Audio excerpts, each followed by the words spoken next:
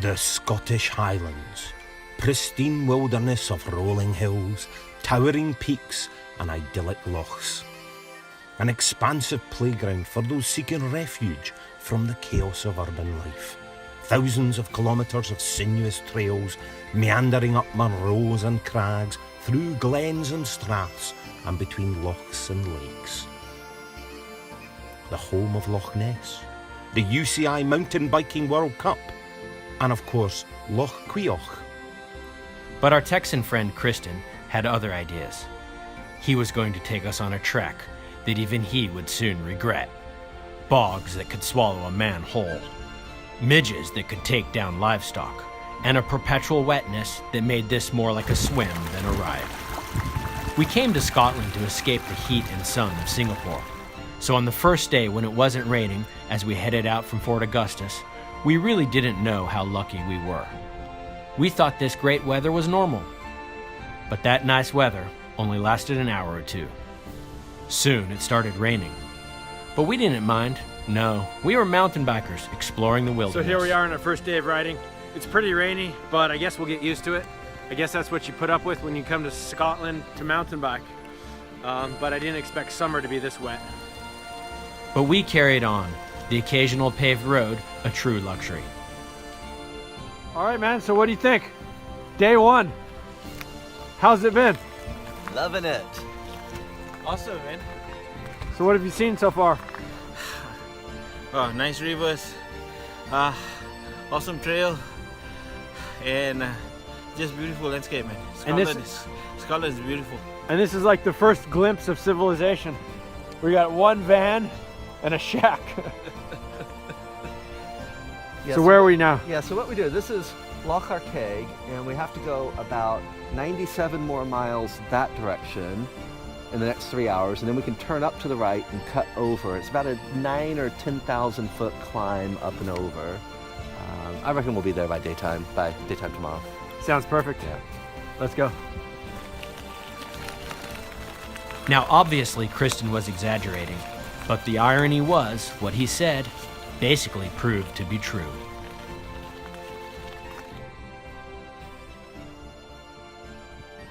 All right, so this stuff's really boggy, really steep.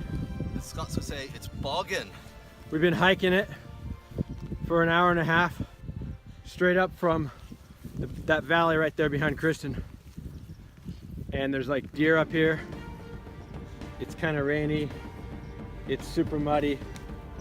And But there is a bottle of whiskey waiting for us just over that hill. right, okay. All right, man. The terrain was ridiculous. No wheeled vehicle known to man could possibly traverse it. The precipitous slopes of permamud were absolutely gushing with water, making the impassable non-trail an impassable waterlogged peat sponge. Yeah. Where are we, man? That's Loch Arkaig, and we've cycled all the way up that damn thing from way back down there. All the way this way? All the way down to just right that little house thing down there. We're on this side of the river. And then up. And then climbing up this small river valley up to here. And Kristen, what's that peak behind that furthest one back there? Yeah, the highest one? I don't know the name of it. It will be a Munro of some sort. So What does a Munro mean? It'll be 3,000 feet. There's 280 odd hills in Scotland that are 3,000 feet or taller, and they're kind of collectively called Munros because the guy that measured them all or counted them all was named something Munro. So a lot of people go out and climb them, try and climb them all. I think I've done about 60 or 70 of them. Wow. Mark's probably done close to 200. Would be my guess. We can ask him. And another friend of ours has done them all. That's a lot. Usually you do a little celebration when you do them all. So here's the deal. So we're going down this bit here. Mark's been here about 3 months ago, 3 or 4 months ago, and he was saying to me that we're going to follow this little river here. He was saying that, again, like back there, there's a million different little trails that kind of just go off everywhere. He said, wherever possible, stay left. Don't go down towards the river, because he said there's some that take you down there, and then just kind of stop, and you have to claw your way back up. So if you have any question, any choice, try to stay left, stay high as you're going downhill. So this has been really hard riding. We've been out 9 hours and 58 minutes. It's 8:13 p.m.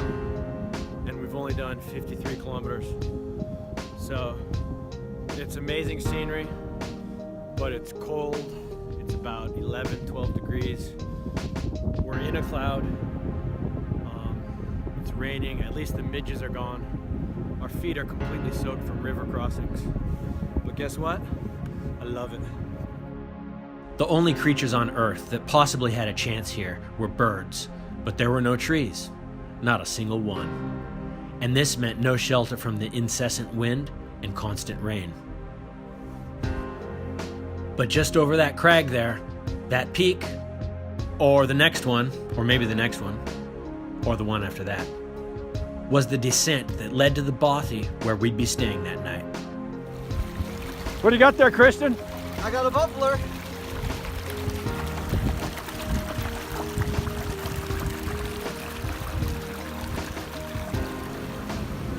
Eventually, we made it down to the Bothy where our friends Mark and Steve were waiting. A centuries-old farmhouse maintained by volunteers for hikers and explorers just like ourselves. Finally, we make it to the Bothy. Don't get wet. I know. Don't get wet. Alright, let's get in. We took the roof off. Who's gonna spoon me to keep me warm? I'll do something to you. No power, no plumbing, no problem. After all, we had lots of coal and even more whiskey. That sucked. It was amazing to have a roof over our heads after that 11-hour trek out in the elements.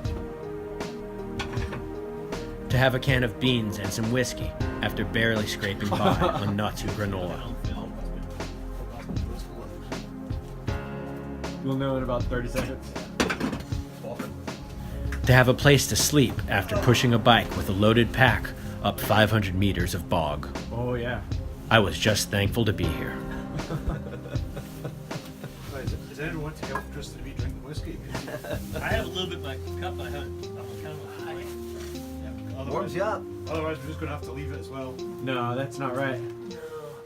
I mean, it is nice to arrive at Bothy if there's a little bit of whiskey, but you never quite know if it's proper whiskey or somebody's like topped up with It's best to bring your own. yeah, with their own special product.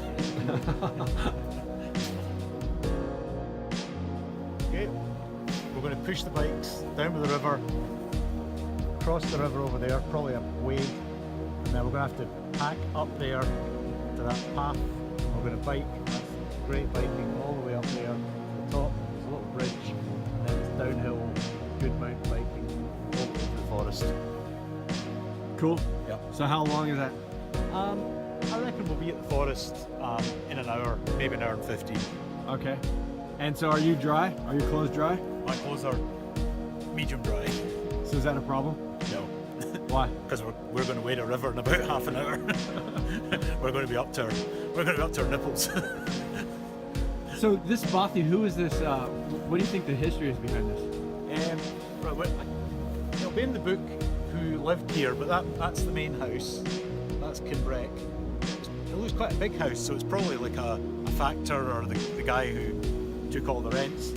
This is the stables, and animals were downstairs.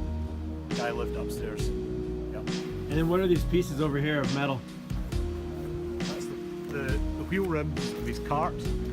Over there. Yep. Very cool. And this is where we came down from yesterday. Yep. Not the peak, but to the left of this. And all these hills, that hill there is a mountain called Garrick, which is Gaelic for the roaring. I think because there's deer there. It's a Munro, it's 3,000 feet. In the clouds, another big hill, Skermore. And that's a Corbett, it's between 2,500 and 3,000 feet. The second day brought new hope. It looked like we were on relatively manageable terrain, as we didn't have to cross any huge passes. And a little freezing river or two here or there didn't really mean anything. By now, we had just accepted the perpetual wetness we were going to have to face. And we were finally in a group of 5, how it was supposed to be. And to top it all off, there was said to be a very long downhill gravel road, which led to a pub full of beer. Okay, so we crossed from the Bothy up there down to here, and it was really hard. It was like, I called it like inverse potholes. It was like these bumps, but the rest was down.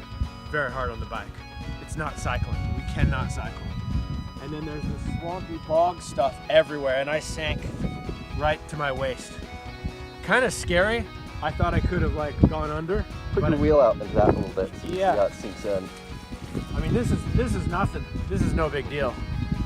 But I held onto the bike to prevent myself from going in, sort of. I knew it wouldn't go in, and I could. As I'm sure is clear by now, the beauty of these hills and glens is deceptive. Underneath it all hides a terrain that is comically treacherous. From a distance, picturesque, but up close, torturous. Endless peat bogs that swallow you up with no warning. Grass tussocks that are too high to step on, but too close to each other to step between. And a weather so unpredictable that it's predictable. Yes, it will rain, and yes, the rain will stop, eventually. Where else in the world does waterlogged land persist, even on the steepest slopes? There were 5 factors we decided would either make or break your day mountain biking in Scotland. And if you could eliminate 3 of them, you were in for a good time. The first one, rain, self-explanatory.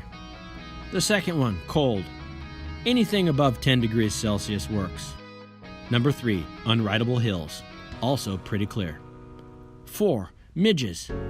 Pinhead-sized, biting, gnat-like bastards that swarm in the trillions. And last, 5, bogs. Think Luke and R2 in Dagobah minus Yoda. So in other words, you could be facing cold rain but with no hills, midges, or bogs, and you'd be happy. Or deep bogs that would envelop cattle along with persistent plagues of biting midges, and you'd be chuffed. When there's no rain, no midges, no bogs, we're happy. Actually, even if it rained right now, we'd be okay. Don't run into me! Nice. Lock or river? I don't know. Either one. Millions of locks, millions of rivers. I'd just call it a lock. The short respite from the unforgiving wilderness was just what we needed. Just what we needed to make us think Easy Street was somehow going to continue.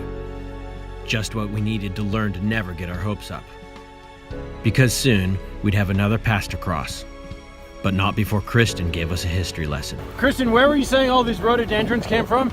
So there was Cuick Lodge down over there somewhere. This would be the gardens. These would have escaped from the gardens of it. It's flooded now about when they built Loch Cuick there. So when do you think they built that? I don't know, somewhere after the World War II anyways. And so these... The dam, you mean? Yeah, Cuick Lodge, I don't know. I presume the Cuick Lodge is probably a couple hundred years old. And so these flowers are what remain of the landscaping. Yeah. And Andrea's mom worked at Cuick Lodge when she was very young. I saw a ghost there as well, apparently. But all those rhododendrons, lodges, and ghosts were just distraction tactics. A feeble ploy to try to avoid thinking or talking about the horrors that lay ahead. Okay, so we just came from way back here. We came around a road down here. And this is... Christian, what is this called? Loch Cuick. And so what we're doing now, we had to get around this hill. We're going to go down this valley. And there's that big hill in front of us. We're going to turn right, but eventually we have to get up and over that. We're going to get over it at a slightly lower point. We're going to have to be pushing up a hill for quite a while. That sign there says 11 miles until we get to the pub. So that might be about 11 hours. This part wasn't that bad. I better keep moving. As you can see, they're like 30 meters of rideable trail. Right after the longhorn bulls my Texan friend didn't even seem worried about.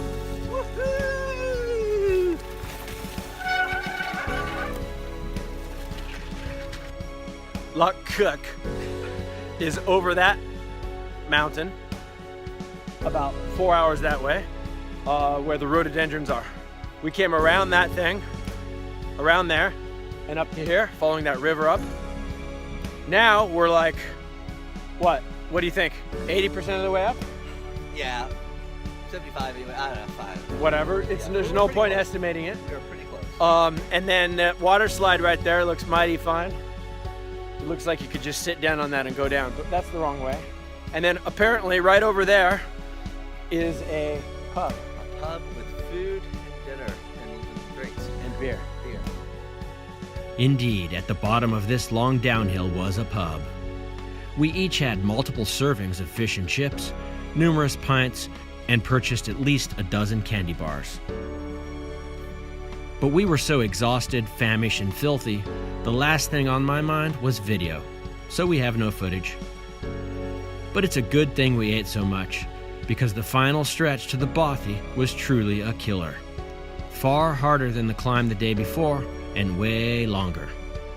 However, the knowledge that Mark had stashed a bottle of whiskey, a bag of coal, and some instant pasta under some rubble by the Bothy kept us going. Just. So what's this, the food Mark hid? I think this is our cache of stuff that Mark hid for us. Yes, it's still there. How many months has this been here? Like it's been chewed through by some rats or something, so who knows what's left. Careful that. Look, bean sprouts grew under it. Yeah, that definitely looks like it's been chewed, doesn't it? Oh, hell yeah. It's draining, hold on. Yeah. Okay. Pretty nice. It's got two sides. Each side has a room and a fireplace. There's some people on the other side, and it's got they've got a dog in there. Anyway, let's check it out. So here we are, and just gonna close the door here. This is our side over here. It's got there's Christian right there. It's got two bunks, top and bottom. Fireplace over here. Sleeping bag. Bike's over here. Cooking some peat to get a fire going tonight. A little bit of whiskey that Mark left. Our junk here. And it's actually not so bad. Pretty easy riding right now. We just came down this road from Canbam, up in those hills, behind those hills, somewhere back there. Probably about right behind here. And we came up to this amazing lock right here with this house down here. I think you can rent. A little pier, nice waterfall beyond it. The sun's just come out. We got a smooth downhill road and we're going up to Karimini. Just met a really nice guy back here setting up some radio communication system for a race that's gonna be happening. I think as you said, it's a 25-mile run and then a 25-mile bike. Very cool kind of thing I'd love to do. So this should be an easy day, I think, all on roads like this, unlike the last 2 days. This morning we came from down here at where? The youth hall, sorry, the Bothy was called Camban. Down Probably here. right around in here, actually. Okay. Yeah. And we had come yesterday from through here. So like, yeah, when we came. Is that right? Like, we were down here, I think, yesterday. Yeah, we were down there.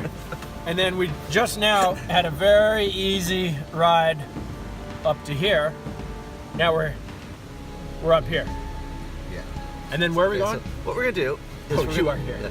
We're gonna go to Cannock and have lunch at the Slater's Arms pub, which should hopefully be open. Then we're gonna bike back up to here through Tomic. Here's a place called Hilton Lodge, and that's where the golden retriever I was telling you about, where the golden retriever was first bred and invented, or whatever you do. And then we're gonna go to Plata Falls, which you're gonna really like. That's a super cool waterfall. We're gonna go there, we're gonna go back to Tomic, and I think what we're gonna do is we're gonna do cross country. We could ride the road back around this way to basically Karimini's right here. That's easier. We can go a little off-road bit to cut off that bit, and it'll be mostly rideable. Pretty cool. Sounds good. So here we are standing on top of Plata Falls. And it's pretty spectacular. You can't tell it from the video.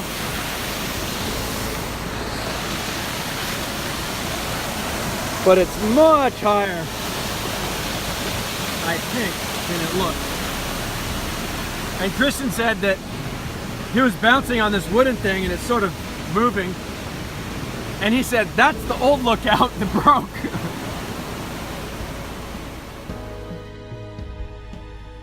This mansion, known as the Gusican Estate, was built by Lord Tweedmouth on 20,000 acres of land in the mid-1800s. And then in 1938, it became a fitness summer school, But soon after learning that many of the students were skinny dipping in a nearby loch, some old grouch named Lady Islington bought it for £1,500 and removed the furnishings and roofs. And now look at it. Look at the wooden walls. Like it's wood over the stone. Yeah, so that was the style. Because you build it with stone, then you put that wood down so that you could put wallpaper or whatever over it. You can't just slap it right on the stone, right? So. Yeah, and it's also a bit warmer and more. Yeah. So the way looks like the way they did it is they put wood between the bricks, and they just hammer into it. Very cool. But the lodge is also symbolic of where the golden retriever was bred 150 years ago, and it remains a popular meeting place of almost pilgrimage-like significance for lovers of the breed who come back regularly. What are you laughing at? Oh, you're just making me recite stuff for your video again and again. There's your stinging nettle, and if you touch it, it'll sting you a bit. The stinging stuff, so you should talk about, you know this stuff firsthand. Yeah, I fell in this stuff when I was 4 in England. Like a whole nest of it like this. And that was terrible. So if you get stung by stinging nettle, there's this plant here is called docken. And supposedly, I've never actually done it, although I think Andrew's probably done it with the girls. You spit on this stuff, and you rub it on wherever you got stung. And this has some sort of medicinal thing that, I don't know what the spit's for, if it just helps it rub or if there's something to do with the inside. You rub it on where the stinging nettle got you and it takes the sting away. So it's nice, it's appropriate how this docken Grows with it. is rocking with the nettles. I think you should try it out. We should test this to see. Let's see if it works. Yeah, go on, man. Okay, so please pick me some nettles. I'll let you do it. From there, we had some pretty hard climbs, but it wasn't that bad. Around some reservoirs, through some wind farms, and down to the Bothy. I truly expected the hostile environment of the prior 3 days, but the worst we had was an aggressive and offensive swarm of Texan-sized flies and just a bit of bog. Mark met up with us that night at this last Bothy, as always, equipped with coal and whiskey. But this time, he brought something extra special, kept frigid by the clear flowing stream water, beer. The used cans made excellent windshields as we heated up our dehydrated food on the camp stove. It was a cold June night and we were filthy, wet, and tired, and this culinary experience was one I wouldn't soon forget.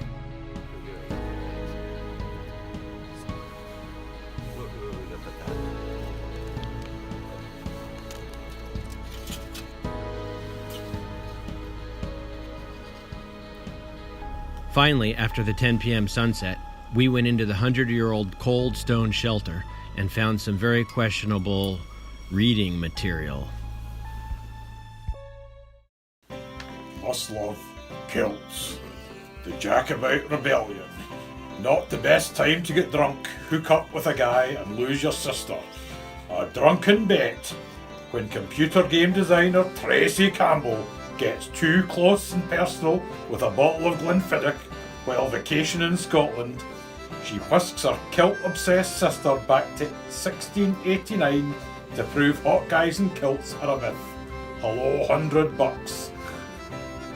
But all bets are off when she comes to meet Ian, the charming playboy in the to do die for kilt. More? I can't do any more. This fourth and last day was by far the easiest.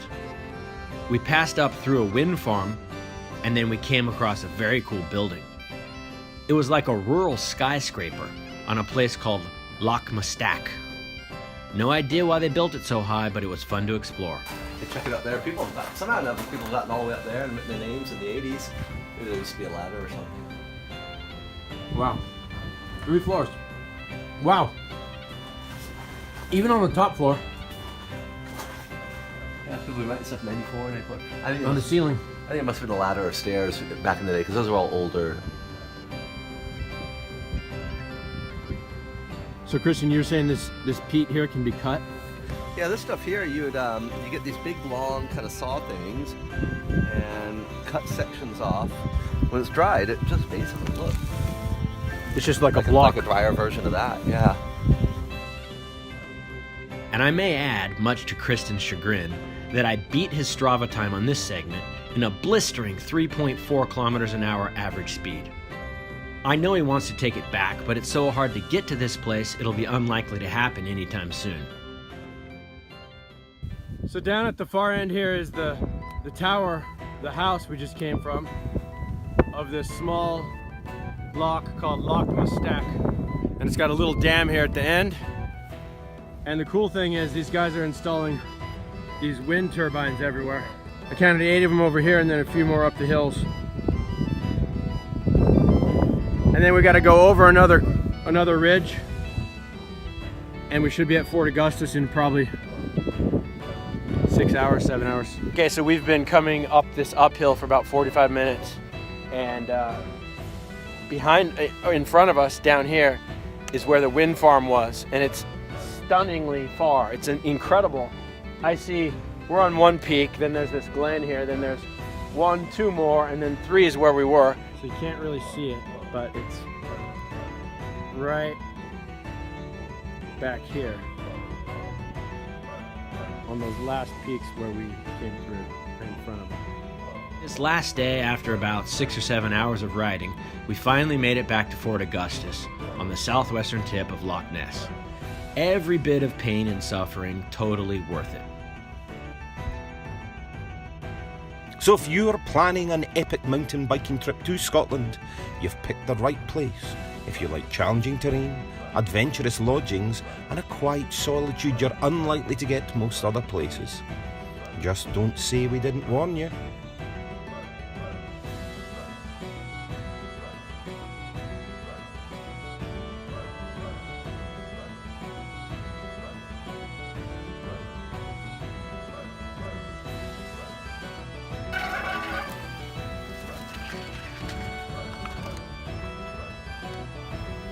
Stopped it before that.